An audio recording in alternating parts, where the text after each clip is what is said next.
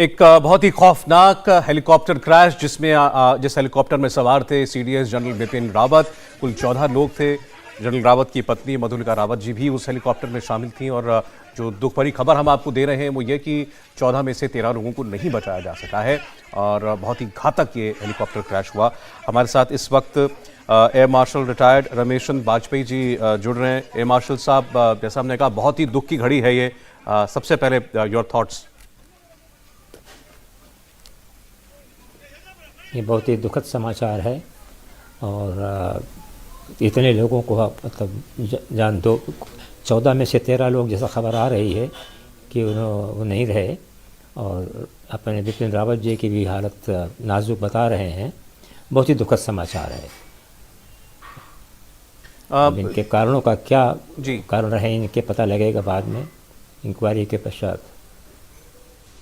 जी, क्योंकि आम लोग तो सर बस यही नहीं समझ पा रहे हैं कि इतने हाई रैंकिंग ऑफिशियल जहां चल रहे हों, जिस कार्यक्रम में वो जाने वाले थे और बहुत आधुनिक एयरक्राफ्ट था उनके पास, हेलीकॉप्टर था, बहुत अनुभवी पायलट इसको चला रहे थे, तो क्या परिस्थितियां बनी होंगी कि जिसमें इस किस्म का हादसा हुआ।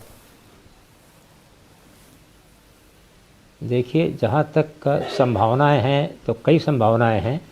बाकी जहाँ तक जहाज़ का प्रश्न है, जहाज़ बिल्कुल बढ़िया था, ठीक था। जांच होती है चलने के पहले।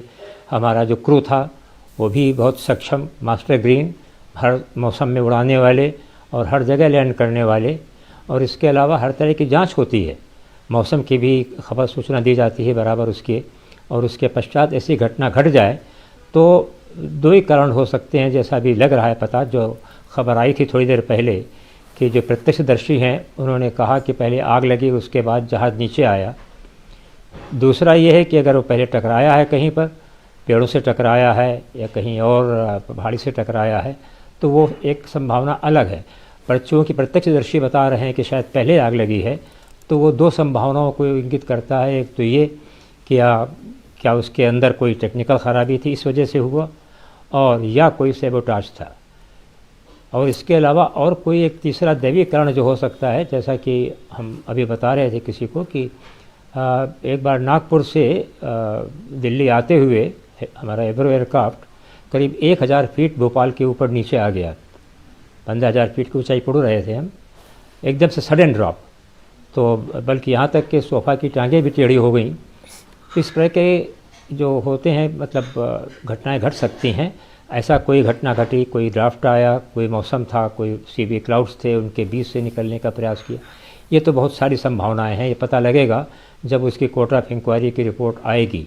मगर जहाँ तक जहाज़ की फ़िटनेस का प्रश्न है, हर ख़ास तौर से वीआईपी एयरक्राफ्ट में और वैसे भी हम हर जहाज़ की पहले से चेक करते हैं बिफोर टेक ऑफ, और उसके पश्चात जब लैंड करता है तब भी चेक करते हैं। फिर जहाँ से स्लूर से टेक ऑफ किया है वहाँ पर भी सारी इसकी सुरक्षा व्यवस्था थी। इस तरह का कोई नहीं कि कोई इसमें कमी हो, और कमी होती भी है तो उसकी जांच की जाती है। उसके पहले ही, उसके बाद ही जहाज़ को उड़ने की परमिशन दी जाती है। मौसम ठीक है, थोड़ा क्लाउडी था, मगर ऐसे मौसम में बराबर फ्लाइंग होती रहती है, ऐसी कोई कारण नहीं है कि न हो। और इसके अलावा जो सेफ्टी हाइट होती है उसके ऊपर ही उड़ रहा था, और उसके पश्चात ऐसी घटना का घट जाना एक बहुत ही दुखद बात है। और जैसा कि बताया, कारण जो इसके होंगे, आश्चर्य की बात हमारे लिए भी है, क्योंकि आप MI-17 हेलीकॉप्टर के बारे में भी थोड़ा दर्शकों को बताएं, जानकारी दें। कितनी खूबियां हैं इस हेलीकॉप्टर में और क्यों वीवीआईपी मूवमेंट्स के लिए इसी हेलीकॉप्टर को चुना जाता है? इसमें देखिए, ये 18,000 फीट के ऊपर उड़ता है, उड़ सकता है बराबर। तो कोई ऐसा संभावना नहीं है कहीं हिल से टकराया हो जानबूझ के, और उसके ऊपर ही उड़ते हैं सारी क्लियर करके।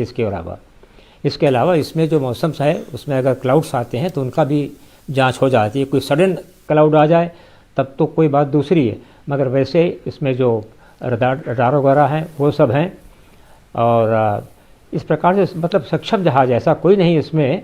बाकी इसमें जो और जो मॉडिफाइड एयरक्राफ्ट हैं उनमें वेपन्स भी लगे होते हैं, तो हर तरह की इसमें सुविधाएं मौजूद हैं, इंस्ट्रूमेंट्स हैं सब, और ऐसी कोई कमी नहीं थी। और ये बराबर वीआईपी मिशन के लिए हमेशा तैयार किया जाता है, और उसी से वीआईपी लोग जाते हैं हेलीकॉप्टर में जहाँ तक जाते हैं।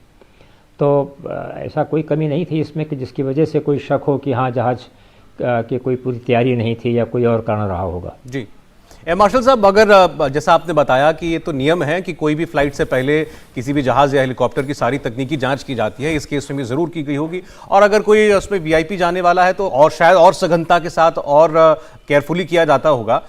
कोई भी जहाज या हेलीकॉप्टर उड़ाते वक्त ऐसे कौन से अननोन्स होते हैं जो कभी भी आपके सामने आ सकते हैं? अननोन तो हमने आपको एक ही बताया, जो एक एग्जाम्पल आपको दी हमने। मैं स्वयं उस एयरक्राफ्ट में था, एब्रो एयरक्राफ्ट, इतना भारी एयरक्राफ्ट, और वो 1000 फीट के नीचे आ जाना, ये इस तरह का ड्राफ्ट होता है कि जो जहाज़ को नीचे, ये जहाज़ के जो हवा के कारण ये ऊपर नीचे इस तरह का हो सकता है। आपने देखा होगा कि जो भारी जहाज़ हैं, जो 747 और इस तरह के जो बहुत ही भारी 777, वो भी कभी कभी आप देखा होगा कि ऊपर नीचे होते रहते हैं बराबर। और अगर कोई कहीं सीवी क्लाउड्स आसपास हैं और अगर उनके बीच से कोई निकलता है तो उसका भी जो नीचे खींचने का एक दबाव बनता है, उसके कारण से जहाज़ भी नीचे आ सकता है, जहाँ पायलट उसको कंट्रोल करने में कोशिश करता है मगर क्षणिक वो नीचे आ जाता है, और ऐसे में टकराने की कोई अगर संभावना है तो हो सकता है कि वो भी एक कारण रहा हो।